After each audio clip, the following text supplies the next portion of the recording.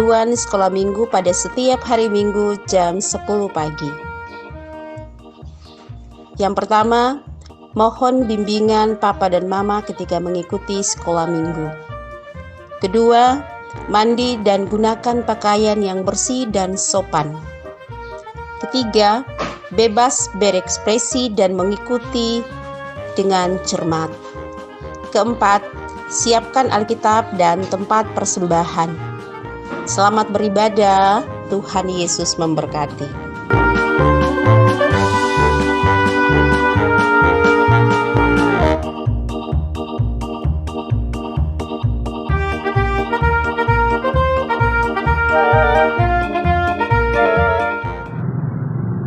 Shalom, selamat pagi anak-anak yang diberkati dalam Tuhan Yesus Kristus. Selamat ketemu lagi dengan Bunda Christine di sekolah minggu kita di saat pagi hari ini. Anak-anak yang diberkati Tuhan, kita akan segera mulai dengan ibadah kita. Bunda ajak semua bangkit berdiri. Kita mengangkat pujian dari Kidung Jemaat nomor 12 ayat 1 sampai ayat 4. Anak-anak pujilah.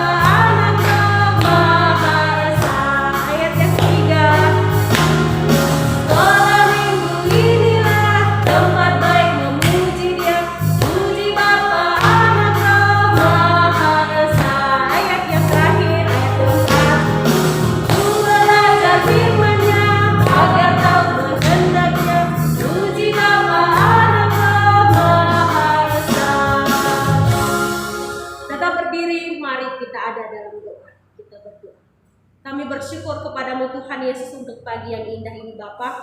Kami anak-anakmu boleh datang memuji memuliakan namamu Tuhan dalam sekolah minggu kami. Bapa, berkati kami dalam sekolah minggu ini Tuhan. Dan biarlah Tuhan Yesus kuduskan kami agar kami layak untuk memuji memuliakan namamu. Amin. Baik, kita akan bermazmur bagi Tuhan. Mazmur pujian kita terambil dari kitab Mazmur pasalnya yang pertama. Mazmur pasal 1 ayatnya yang pertama sampai ayatnya yang ke-6. Demikian bunyi firman Tuhan. Jalan orang benar dan jalan orang fasik. Berbahagialah orang yang tidak berjalan menurut nasihat orang fasik dan tidak berjalan di jalan orang berdosa, tidak duduk dalam kumpulan pencemooh, tetapi yang kesukaannya ialah Taurat Tuhan, dan yang merenungkan Taurat itu siang dan malam. Ia seperti pohon yang ditanam di tepi aliran air, menghasilkan buahnya pada musimnya, dan yang tidak layu daunnya. Apa saja yang diperbuatnya berhasil. Bukan demikian orang fasik, mereka seperti sekam yang ditiupkan angin. Sebab itu orang fasik tidak akan tahan dalam penghakiman. Begitu pula orang berdosa dalam perkumpulan orang benar. Sebab Tuhan mengenal jalan orang benar, tapi jalan orang fasik menuju kebinasaan. Demikianlah mazmur puji-pujian kita di saat pagi hari ini. Kita akan ada dalam pembacaan firman Tuhan. Pembacaan firman Tuhan terambil dari dua pembacaan. Yang pertama dari kitab Yesaya pasal 6 ayat 1 sampai ayatnya yang ke-13. Dan pembacaan kedua terambil dari kitab Yeremia pasal 1 ayatnya yang ke-4 sampai ayatnya yang ke-10. Jika sudah menemukan pembacaannya, mari anak-anak kasih pembatas pada pembacaan kita dan kita akan ada dalam doa. Mari kita berdoa. Ya Tuhan Yesus Allah kami yang hidup, kami akan membaca sedikit dari kebenaran firman-Mu Tuhan. Bersabdalah bagi kami Bapa, karena kami siap untuk mendengarkan firman-Mu. Amin. Pembacaan pertama terambil dari kitab Yesaya pasal 6 ayatnya yang pertama sampai ayatnya yang ke-13. Demikian bunyi firman Tuhan. Yesaya mendapat panggilan Allah. Dalam tahun matinya Raja Uzia, aku melihat Tuhan duduk di atas takhta yang tinggi menjulang, dan ujung jubahnya memenuhi bait suci. Para serafim berdiri di sebelah atasnya, masing-masing mempunyai 6 sayap. 2 sayap dipakai untuk menutupi muka mereka, 2 sayap dipakai untuk menutupi kaki mereka, dan 2 sayap dipakai untuk melayang-layang. Dan mereka berseru seorang kepada seorang, katanya, Kudus, kudus, kuduslah Tuhan semesta alam. Seluruh bumi penuh kemuliaan-Nya. Maka bergoyanglah alas lambang pintu disebabkan suara orang yang berseru itu, dan rumah itu pun penuhlah dengan asap. Lalu kataku, celakalah aku binasa, sebab aku ini seorang yang najis bibir. Aku tinggal di tengah-tengah bangsa najis bibir, namun mataku telah melihat Sang Raja, yakni Tuhan semesta alam. Tetapi seorang daripada serafim itu terbang mendapatkan aku. Di tangannya ada bara yang diambilnya dengan sapit dari atas mezbah. Ia menyentuhnya kepada mulutku serta berkata, lihat, ini telah menyentuh bibirmu, maka kesalahan mulut telah dihapus dan dosa mulut telah diampuni. Lalu aku mendengar suara Tuhan berkata, siapakah yang akan kuutus dan siapakah yang mau pergi untuk aku? Maka sahutku, ini aku, utuslah aku. Kemudian firman-Nya, pergilah dan katakanlah kepada bangsa ini, dengarlah sungguh-sungguh tetapi mengerti. Jangan, lihatlah sungguh-sungguh tetapi menganggap. Jangan. Buatlah hati bangsa ini keras dan buatlah telinganya berat mendengar dan buatlah matanya melekat tertutup, supaya jangan mereka melihat dengan matanya dan mendengar dengan telinganya dan mengerti dengan hatinya, lalu berbalik dan menjadi sembuh. Kemudian aku bertanya, sampai berapa lama ya Tuhan? Lalu jawabnya, sampai kota-kota telah lengang sunyi sepi, tidak ada lagi yang mendiami, dan di rumah-rumah tidak ada lagi manusia, dan tanah menjadi sunyi dan sepi. Tuhan akan menyingkirkan manusia jauh-jauh, sehingga hampir seluruh negeri menjadi kosong. Dan jika di situ masih tinggal 1/10 dari mereka harus sekali lagi ditimpa kebinasaan. Namun keadaannya akan seperti pohon beringin dan pohon jawi-jawi yang tunggulnya tinggal berdiri pada waktu ditebang, dan dari tunggul itulah akan keluar tunas yang kudus. Pembacaan kita yang kedua terambil dari Yeremia pasal 1 ayatnya yang keempat sampai ayatnya yang ke-10. Yeremia dipanggil dan diutus. Firman Tuhan datang kepadaku, bunyinya, sebelum aku membentuk engkau dalam rahim ibumu, aku telah mengenal engkau. Dan sebelum engkau keluar dari kandungan, aku telah menguduskan engkau.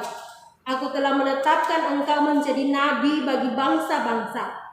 Maka aku menjawab, Tuhan Allah, sesungguhnya aku tidak pandai berbicara, sebab aku ini masih muda. Tetapi Tuhan berfirman kepadaku, janganlah katakan, aku ini masih muda.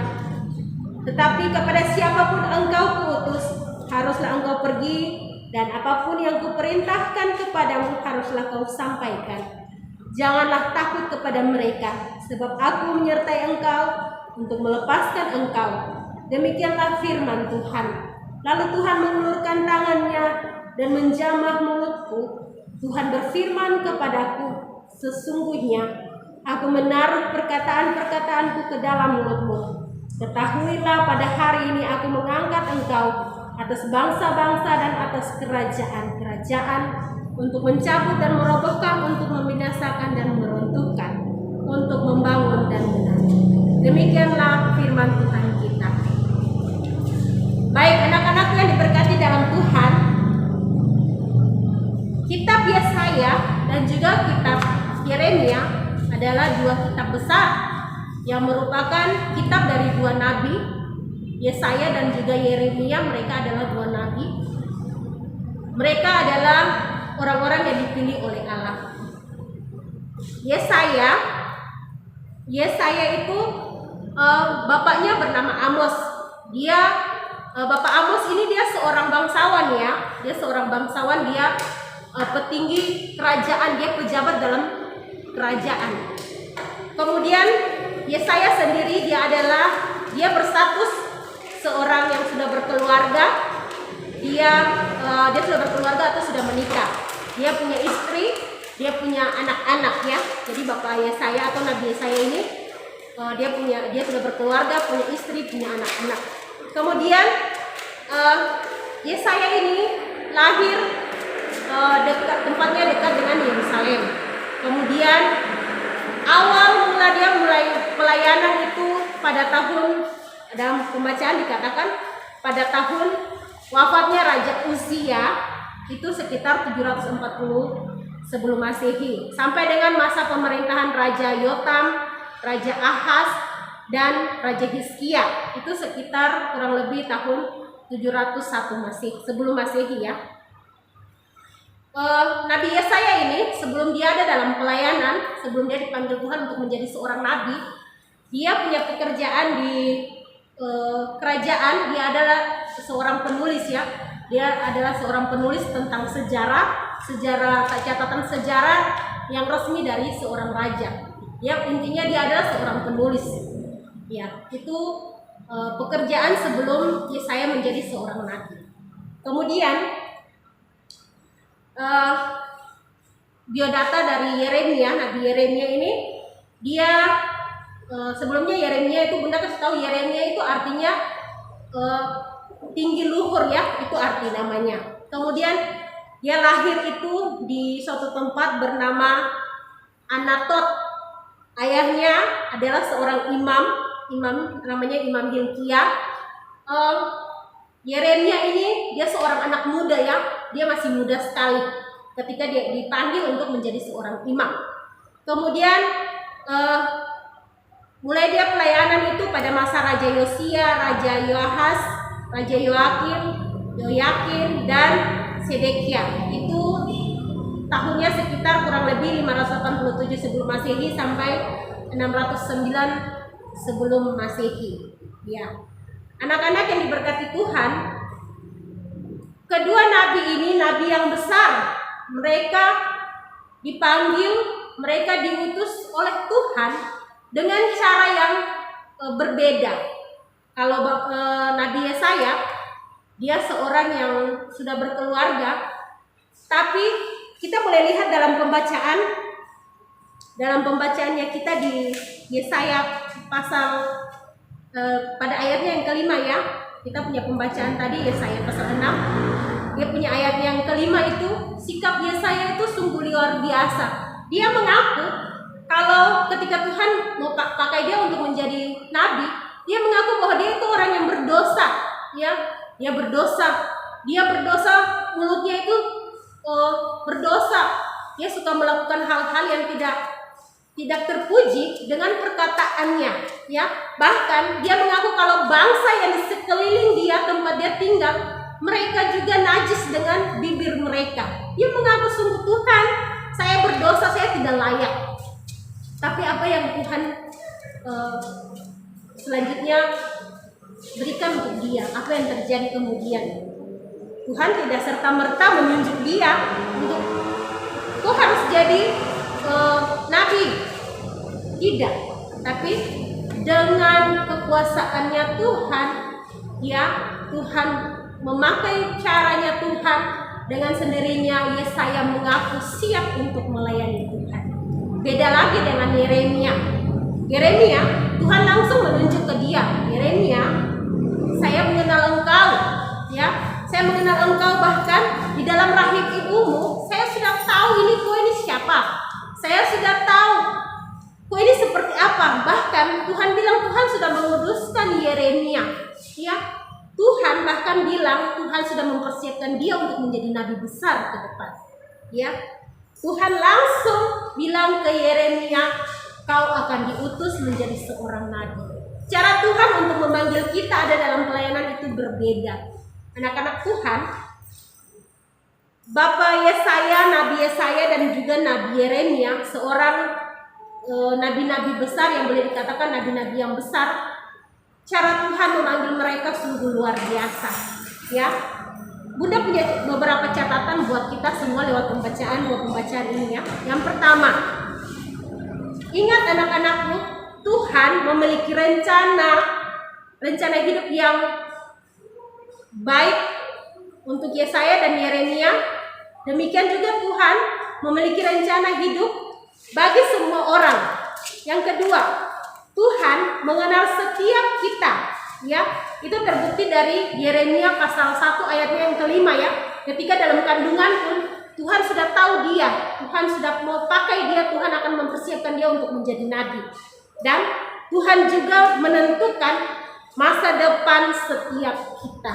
Bukan hanya pada saat Yeremia Tuhan mempersiapkan dia, pada saat Yesaya Tuhan mempersiapkan dia, tidak. Pada saat ini pun kita sebagai anak-anak Tuhan, sebagai anak tangguh, anak remaja, Tuhan tahu, Tuhan kenal kita lewat hidup kita sekalipun. Kita bilang, kami ini berdosa Tuhan, kami ini masih muda Tuhan, kami tidak bisa melayani, bagaimana caranya kami melayani? Bahkan mungkin sekarang anak-anak akan bertanya, Bunda, bagaimana saya melayani Tuhan? Bagaimana saya bisa menjadi seorang nabi yang besar seperti mereka? Oke, kita tidak perlu menjadi seorang nabi mungkin ya. Bunda tidak tahu sekarang ini kalian besoknya ke depan ini kalian berprofesi seperti apa ya. Bukan hanya ketika kita menjadi seorang pendeta ya, seorang vikaris, seorang majelis, mungkin seorang pengasuh Bunda seperti Bunda Christine dan bunda-bunda yang lain, itu kita disebut sebagai pelayan Tuhan. Tidak. Ketika kalian besar, nanti pada saat kalian sudah dewasa, kalian sudah selesai sekolah, kuliah, kalian akan masuk dalam jenjang untuk mencari pekerjaan. Disitulah kalian entah jadi guru, jadi pilot, jadi dokter, jadi arsitek mungkin, jadi apa saja, polisi, tentara, jadi apapun yang menurut Tuhan itu terbaik untuk menjadi pekerjaan kalian. Bahkan pengusaha atau yang punya usaha kios, itu adalah berkat Tuhan yang Tuhan sediakan untuk kalian. Pakailah itu untuk melayani Tuhan, ya, bukan hanya untuk menyenangkan diri kita, menyenangkan orang tua kita, tapi pakailah itu untuk memuliakan Tuhan. Anak-anakku, dengan cara apa kita bisa melayani Tuhan? Kalau Nabi Yesaya dengan Nabi Yeremia itu, mereka begitu taat kepada Allah, itu yang pertama.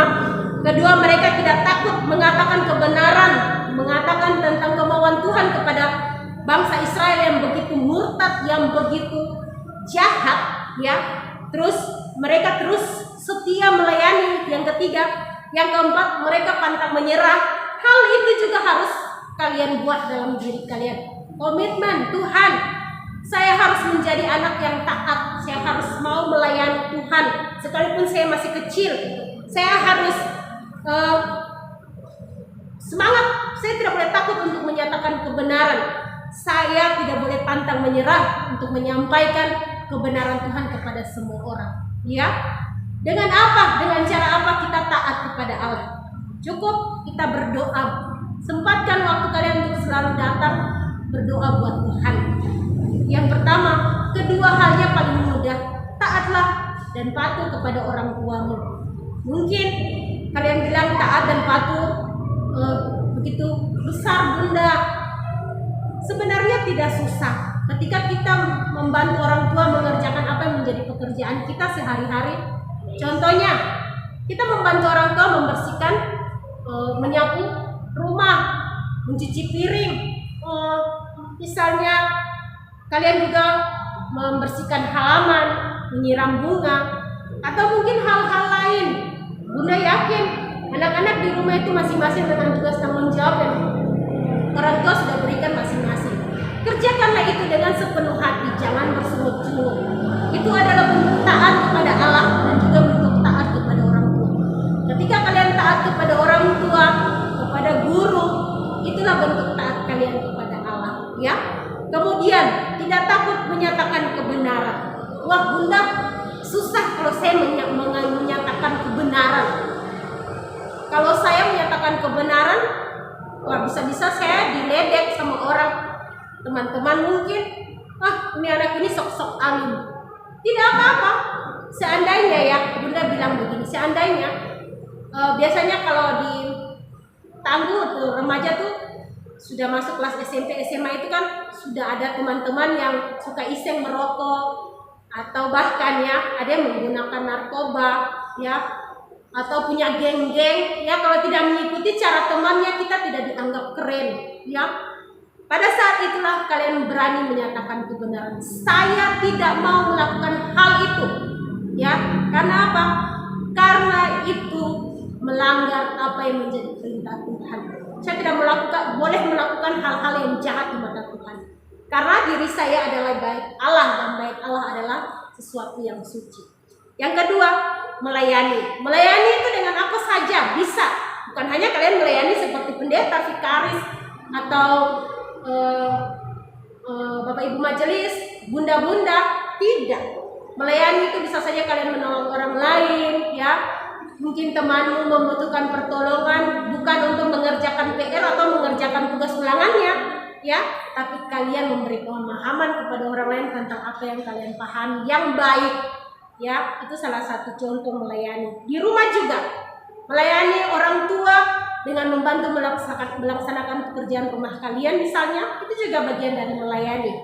Kemudian tidak pantang menyerah, lakukan apapun dengan semangat, jangan ragu-ragu dan jangan takut, karena Tuhan selalu menyertai kita. Demikianlah firman kita di saat pagi hari ini. Tuhan Yesus memberkati kita, dan kiranya boleh menjadi berkat untuk anak-anak semua. Mari anak-anak yang diberkati Tuhan, kita siapkan hati kita. Kita ada dalam doa sirna. Mari kita berdoa. Syukur kepadamu Tuhan, kami naikkan selalu ke hadapan hadirat-Mu yang kudus Tuhan Yesus. Bapa, terima kasih Tuhan untuk hari-hari hidup yang Tuhan Yesus selalu berkati buat kehidupan kami. Terima kasih Tuhan, saat pagi hari ini Tuhan, kami boleh ada dalam ibadah, kami memuji memuliakan nama-Mu Tuhan. Kami mendengarkan firman-Mu, kami mendengarkan tentang cerita firman dari Nabi Yesaya dan juga Nabi Yeremia Tuhan. Bapa, ajar kami yang masih kecil ini Tuhan, untuk menjadi pelayan-pelayan-Mu yang baik Bapa. Buatlah kami dipenuhi dengan Roh Kudus-Mu Tuhan, agar kami menjadi taat, kami setia untuk melayani-Mu Tuhan. Ajar kami menjadi anak-anak yang patuh Tuhan. Ajar kami untuk boleh menyenangkan orang tua kami. Ajar kami untuk menjadi anak-anak-Mu yang taat, yang selalu setia untuk menyenangkan hati-Mu Tuhan, lewat perbuatan kami, lewat perkataan kami, lewat segala tindakan hidup kami Tuhan. Bapa di surga, pagi hari ini juga Tuhan, kami sudah boleh memberikan persembahan syukur. Bapa berkati agar persembahan syukur ini menjadi berkat dalam pelayanan-Mu Tuhan.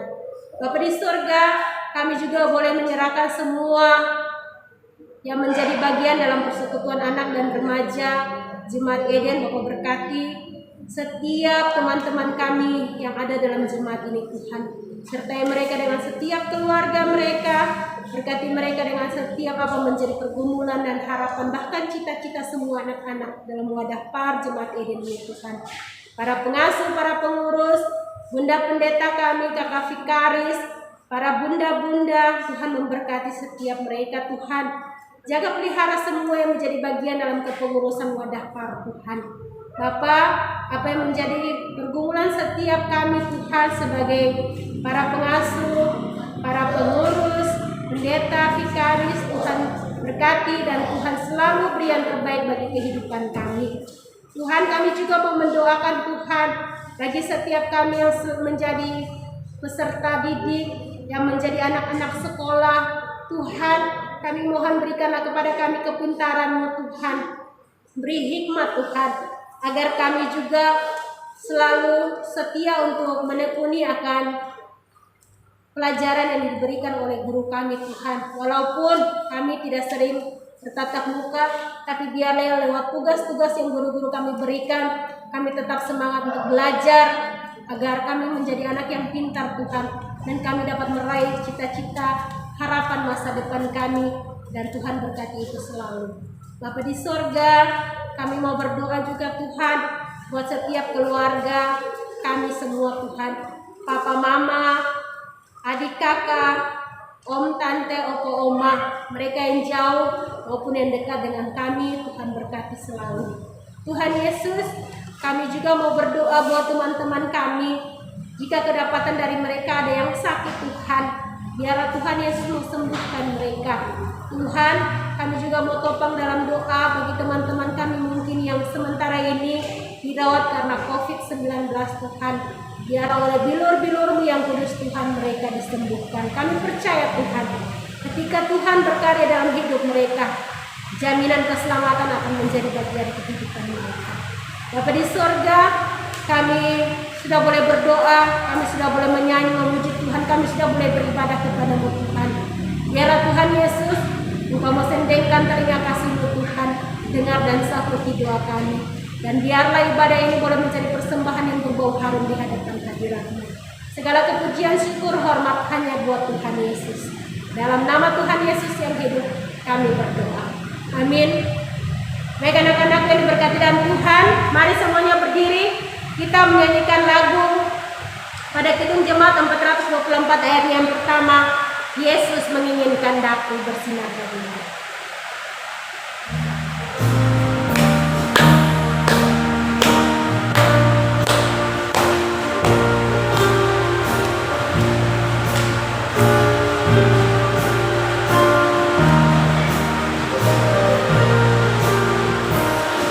Yesus menginginkan daku bersinar baginya,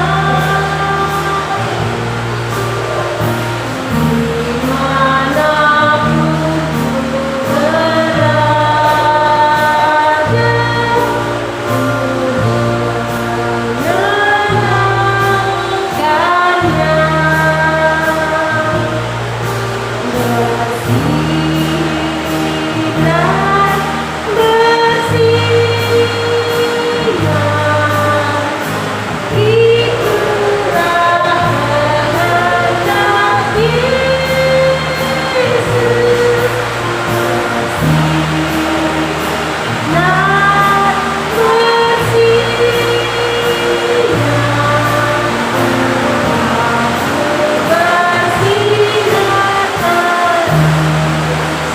masih tetap berdiri, mari kita mohon berkat. Kami boleh selesai dengan ibadat kami Tuhan. Bapa di surga, biarlah berkat Tuhan yang daripada-Mu selalu menjadi bagian kehidupan kami. Dan biarlah kasih karunia daripada Allah Bapa, daripada Yesus Kristus, dan daripada Roh Kudus menyertai kami semua Tuhan. Dan beribadahkan Engkau semua yang kami doakan, mulai dari sekarang sampai selama-lamanya. Amin. Ibadah selesai. Shalom, selamat hari Minggu.